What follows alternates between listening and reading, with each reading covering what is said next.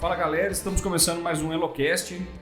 Sou o Leandro Souza, gestor comercial de operações da Elotec, gestão pública. O tema de hoje que a gente traz para esse episódio é do legado e inovação, uma estrada esburacada. Tem hoje 3 convidados, quero apresentar cada um. Rodolfo Jordão.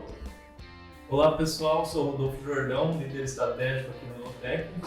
Estou aqui mais uma vez para a gente bater um papo e conversar sobre esse tema aí que foi uma fase que a gente está vivendo aqui dentro da empresa, vai ser bem interessante aí. Fabrício Colombo. Oi Leandro, obrigado pelo convite, eu sou Fabrício Colombo, líder estratégico, né? E hoje é dia de contar a história e os perrengues aí que a gente passou. E Eduardo Gardim. E aí, Leandro, meu nome é Eduardo Gardim, a gente tem bastante história para contar aí por tudo que a gente passou nessas migrações aí. Isso aí, galera, vamos lá, solta a vinheta, Ana. Elocast. É isso aí, galera, assunto polêmico hoje, né, do legado e inovação. Ô, Jordão, contextualiza um pouco para nós aí sobre esse assunto que a gente traz aí hoje, como você já colocou, os perrengues que a gente passou e ainda passa, né? Conta um pouco para nós, para a gente entrar nesse assunto de cabeça aí. É interessante a gente contextualizar, né, para o nosso ouvinte aí entender, né, do que a gente está querendo dizer aqui, né? Mas a Elotec, ela passou por uma decisão de fazer uma evolução tecnológica na nossa plataforma, né? Então a gente tinha ali uma base de produtos rodando desktop e a gente precisava tornar nossos produtos cloud native, né? Ou seja, 100% nuvem, né? Esse vinha sendo um desafio que vinha sendo cobrado em editais, né? Que vinha sido os representantes, os concorrentes, tudo isso aí vinha acontecendo no mercado que a gente estava ali em meados ali de 2016, 2017, né? Então, com base nisso, foi tomada uma decisão pela diretoria de fazer um investimento e fazer, né, essa evolução tecnológica. Então, para contextualizar vocês, aí é disso que hoje a gente vai estar tratando aqui, né? De como que aconteceu essa evolução tecnológica desses produtos, né? E de alguns perrengues aí, como a gente falou aí, de que a gente andou passando nessa escrita desses produtos, né? Ô Fabrício, e como que inicia a estruturação disso? Quando fala desde arquitetura, time, né? Porque a gente tem que olhar com um olhar de inovação, né? Deixar um pouco de lado aquilo que vem sendo feito ali no legado, né? E partir para uma nova tecnologia, novos conceitos, né? Como iniciar isso, dar o pontapé nisso? Então é importante destacar também que esse sistema legado nosso é Delphi, né? Desktop Delphi. Então, quando a gente vê sobre reescrita de software, normalmente parece uma coisa ruim, mas no caso a tecnologia impedia a gente de migrar para um sistema nuvem nativo usando o Delphi. Então aí a gente foi explorar novas tecnologias que tornassem isso possível, né? Então a nossa stack hoje ali, a gente usa Java, né? A nossa especialidade é Java. Front-end a gente usa o Angular e o React, né? E esse conceito de Cloud Native, né? Isso já foi desde o início pensado assim, né? Então a arquitetura do sistema, modularização, já foi pensado em containers, né, para rodar em nuvem. Já foi pensado em a gente não ficar preso a nenhum provider de nuvem, né? Ficar preso a AWS ou Google. Então isso foi desde o início já pensado e construído assim, né? Essa parte de arquitetura de software mesmo e tecnologia.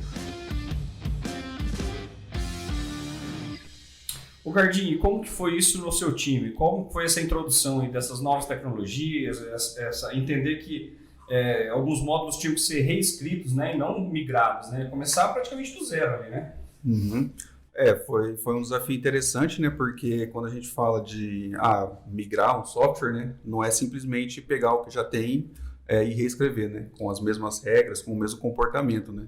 Como os nossos sistemas eram Delphi, né? Então sistemas desktop, nós tivemos que reestruturar a interface de usuário, né? Então foi todo feito um trabalho pelo time de UX para fazer uma reestruturação que mantivesse as funcionalidades do software original, mas que funcionasse muito bem para a web, pensando em responsividade, em funcionar em dispositivos móveis e tudo mais, né? Então acho que um ponto inicial, né, quando a gente fala dessa migração, é entender que, além de migrar, a gente precisa evoluir os produtos, né? Então, foi nesse tipo de evolução que a gente trabalhou, né? Além da evolução tecnológica que o Fabrício comentou, né? Toda a parte de arquitetura, né? Arquitetura voltada para serviços, né? Teve que ser pensado, né, para um modelo como se fosse um SaaS, né? O nosso software é um SaaS, né? É um software vendido como serviço que vai rodar na nuvem, né? E precisa ter vários cuidados no desenvolvimento para que você atenda a essa necessidade, né? E aí quando a gente fala, né, da inovação, entra aí quebrar algumas barreiras mesmo, né, Jordão? Conhecer todos os desafios do cloud, tudo aquilo que envolve as tecnologias mesmo, como foi colocado aí pelo Fabrício, né? Porque assim, tudo bem, quando a gente fala de trocar de linguagens, é claro que nós vamos trazer também profissionais do mercado especialistas em cada uma dessas linguagens que a gente vai abordar, mas nós precisamos também formar pessoas que conhecem do produto aqui dentro para trabalhar com essas novas linguagens, né? E aí começa alguns dos buracos, Fabrício. Jordão, desculpa. Então, no nosso começo ali, a gente sempre foi especialista back-end, né, dentro da empresa. Então, a gente sempre teve facilidade com back-end, com Java. Sempre tivemos pessoas que estavam mexendo com Java dentro da empresa já, né? Então, a nossa dificuldade inicial, ela foi muito forte na parte de front, né? Essa parte que o Gardinho estava comentando agora, né? De ter uma usabilidade, de conseguir... Uma tela Delphi, você encaixa 30, 40 campos numa tela. Como que você faz isso no browser, né? Então, a gente teve um desafio muito grande nessa parte de conseguir escalar a parte de front-end, né? A parte visual, né? A parte de usabilidade, né? Esse foi um grande desafio que a gente teve ali. O back-end, essa parte de CI, essas coisas, a gente foi criando uma cultura DevOps aqui dentro, né? Então, algumas pessoas sempre puxam essa frente, né? É uma cultura, né? Então, algumas pessoas sempre puxam essa frente e a gente sempre teve pessoas mexendo com essa parte de DevOps também dentro da empresa, né? Então, o nosso principal problema, desafio ali era sim o front-end, né? A gente teve uma consultoria, né, técnica na parte visual, teve bastante ajuda, teve bastante grupo de estudo em cima dessas tecnologias de front-end para conseguir chegar na stack que a gente está hoje. Tá? Ô Fabrício, e quando a gente chega na redistribuição dos times, na reestruturação dos times, né? Qual o principal buraco aí nessa estrada? Isso aí foi um desafio bem grande, né? Principalmente de contratação também, né? A gente tinha um time de 15, acho que chegou a 18 pessoas, era um time só. E daí, em 2018, a gente dividiu isso em 4 times, né? Que daí me tornei líder, né? Eu, o Jordão e o Gardinho que estão aqui com a gente. E tinha mais um líder.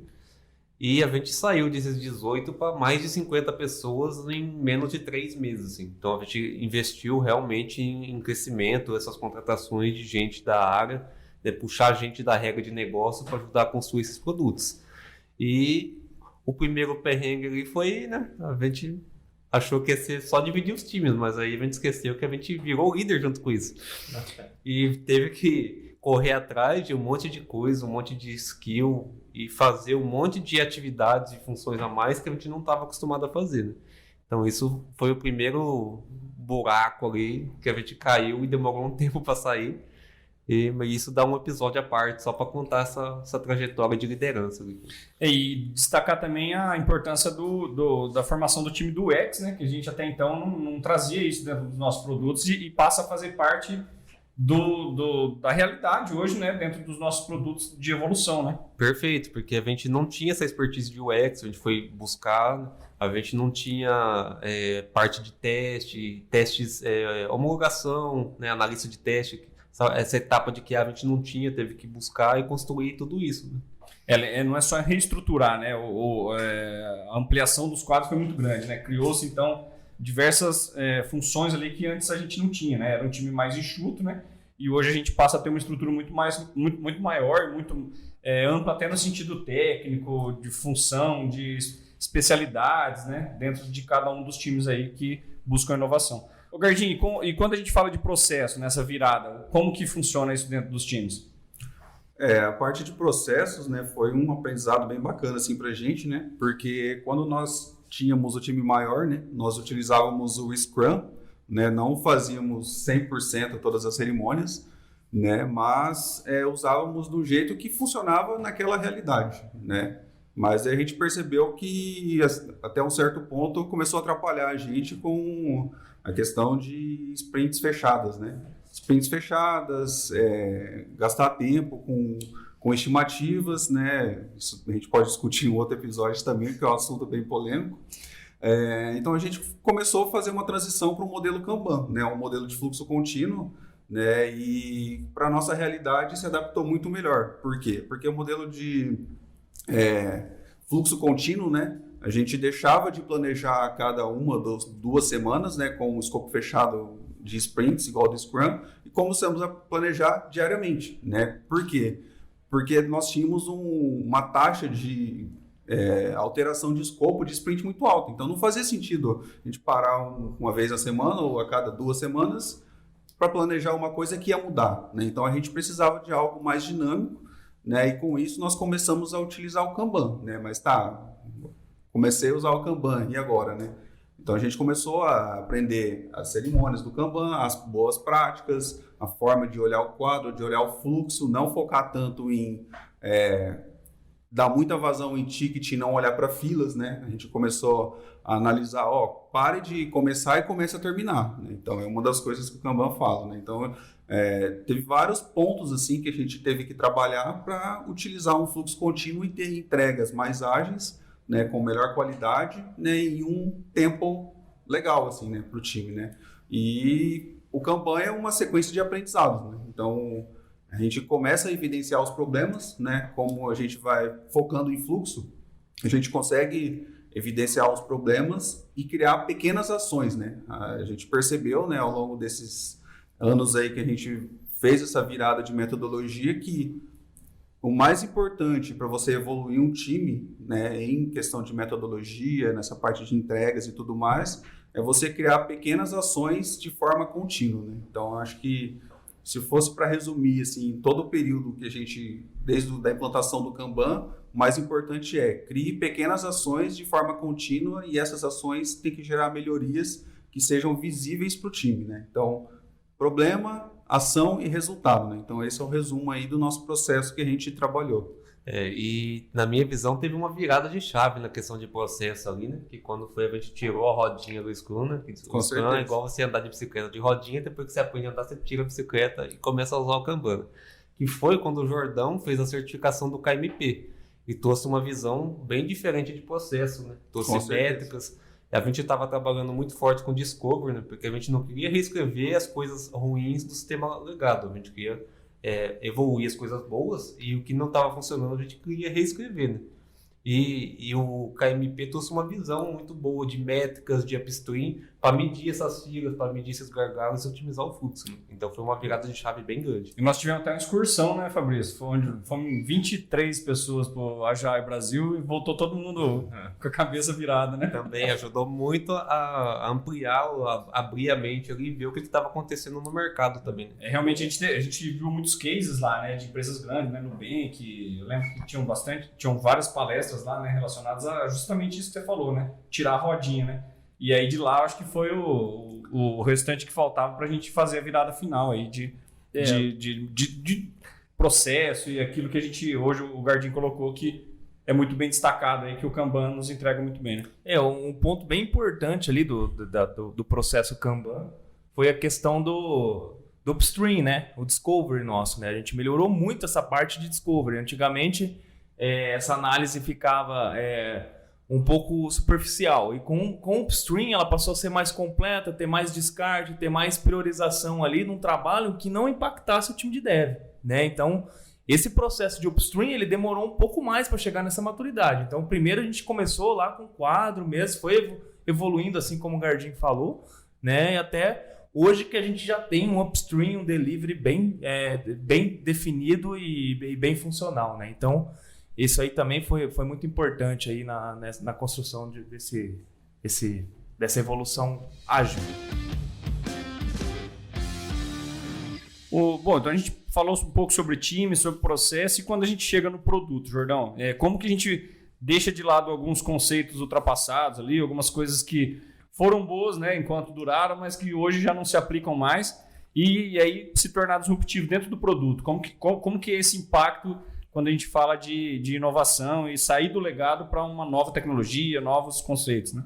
Olha, Leandro, o produto eu me lembro como se fosse hoje, quando a gente decidiu fazer a reescrita, por exemplo, estou falando do módulo de folha, né? E os outros arquitetos lá dentro da sala, a gente olharam assim, a gente começou a conversar e a gente chegou assim, mas por que você vai reescrever a folha, né? É só uma evolução tecnológica, né? Que problema a gente está resolvendo fazendo essa reescrita, né? E aquilo foi muito marcante para mim, né? Porque eu saí da reunião, naquele momento eu não consegui dar a resposta, né? Então eu saí daquela reunião pensando, cara, será que eu só tô tirando da tecnologia A para B mesmo, né? Onde está o meu propósito nessa reescrita, né? E eu fui buscar, né, entender, né? E a gente, eu tinha já uma certa experiência, né, nesse módulo, né? Já tinha um conhecimento, já tinha feito várias implantações, já estava ali na empresa há 4 anos.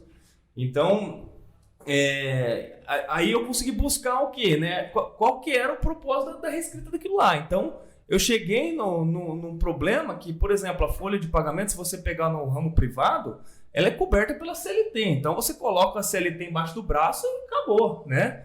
Já no ramo público, ela é ditada por leis municipais, né? Então, cada município dita como que ela vai calcular a folha dele. Se ele falar que um cara usa camiseta amarela, vai ter uma bonificação lá, cara, ele vai ter a bonificação e acabou, né? Se o federal está falando que não calcula previdência num evento de férias, ele pode lançar uma lei municipal que calcula, né? Então, isso fez com que a gente teve que modelar todo um motor de execução de scripts dinâmicos, né? Então, esse foi o maior propósito na reescrita. Isso foi buscado em todos os sistemas. Isso foi muito interessante, né? Todo mundo tinha gargalos para resolver ali, né? Então, esse foi um primeiro aspecto muito interessante aí. O segundo aspecto que eu gosto de colocar, né, é a questão da experiência que a gente já vinha adquirindo ali, né? Esse time de arquitetura e de evolução. A gente construiu alguns módulos antes, menores, né, para a gente fazer. A gente tem esse conceito de POC, né, de testar tecnologia também, né? A gente vinha descobrindo o React no front-end, o Angular estava naquela de lançar a versão 2, que não ia ter retrocompatibilidade, né? Então a gente vinha fazendo aplicações menores para testar essas tecnologias. E com isso a gente adquiriu uma bagagem enorme na questão do tipo assim, o que eu faço primeiro no software? Eu começo... Porque a gente, no primeiro produto, a gente fez um monte de cadastro, né? E aí a hora que a gente entrou nas movimentações, nas coisas que realmente importava, aquilo, né, gargalou, ficou complexo, né? E a gente, com isso, tirou uma lição muito importante, né? Começar pela principal, né? Pela rotina principal, pelo que agrega mais valor naquele produto, né? Isso aí também foi uma coisa que ajudou muito a gente aí na escrita desses produtos novos aí. Então, acho que de produto é um resumo aí, essa questão do propósito, né, agregado com essa questão da experiência, da bagagem que a gente teve na construção desses produtos. E lembrando também que a gente adotou, né, o modelo MVP, né? Então a gente enxugou todas as funcionalidades, começou esses produtos pelas coisas que agregavam mais valor e assim ele foi escalando, né? Assim, não é do dia para a noite que você reescreve uma aplicação que tem 10, 15 anos de existência no mercado, né? Então foi bem planejado e bem executado essa parte de produto e inclusive já estamos em produção aí no mercado. Exatamente, reforçar isso, né, Jordão? O Oxy, que são os produtos Elotec de tecnologia cloud, já estão no mercado, alguns deles já estão em destaque, né? Vamos colocar inclusive o Portal Transparência, né, Fabrício? Que está no topo da lista dos melhores portais aí do Brasil, né? E levou alguns clientes nossos, né? Inclusive no Paraná, aos top 10 ali, no questão de transparência, responsividade, né? Então são tecnologias que vêm para realmente tornar disruptiva aí a questão de produtos, né? E mostrar que a inovação está a favor da cidadão, do município, numa melhor gestão, numa transparência, numa facilidade do cidadão de acessar os serviços da gestão pública. Elocast. Então, lembrando que a nossa plataforma ela é completa, voltada para a gestão pública, né, atendendo todas as áreas, desde recursos humanos, gestão administrativa, gestão financeira, tributária, fiscalização, Então, uma plataforma completa, totalmente integrada, né? E presente em mais de 700 municípios a nível Brasil, atendendo mais de 7 estados, né? Então, se você tem interesse, quer conhecer um pouco mais sobre essa plataforma, entre no nosso site, faça contato através das nossas redes sociais, marca lá uma demonstração do sistema que a gente mostra toda essa tecnologia para vocês. Gostaria de agradecer a presença do Rodolfo Jordão. Obrigado, Leandro. Obrigado, ouvintes. E até a próxima. Gostaria de agradecer a presença do Fabrício Colombo. Obrigado, Leandro. Foi um prazer.